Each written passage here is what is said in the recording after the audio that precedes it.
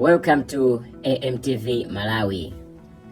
Vice President Dr. Michael Ussi honors veterans with second Pope purchase.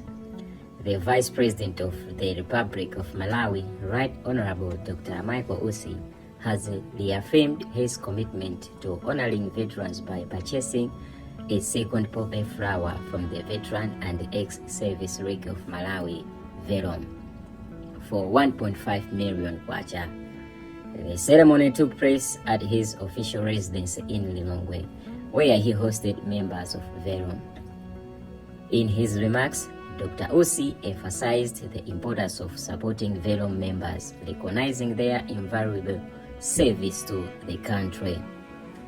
Having fought for the peace, these people shouldn't be fighting for survival, he stated, underscoring the need for improved care for the veterans.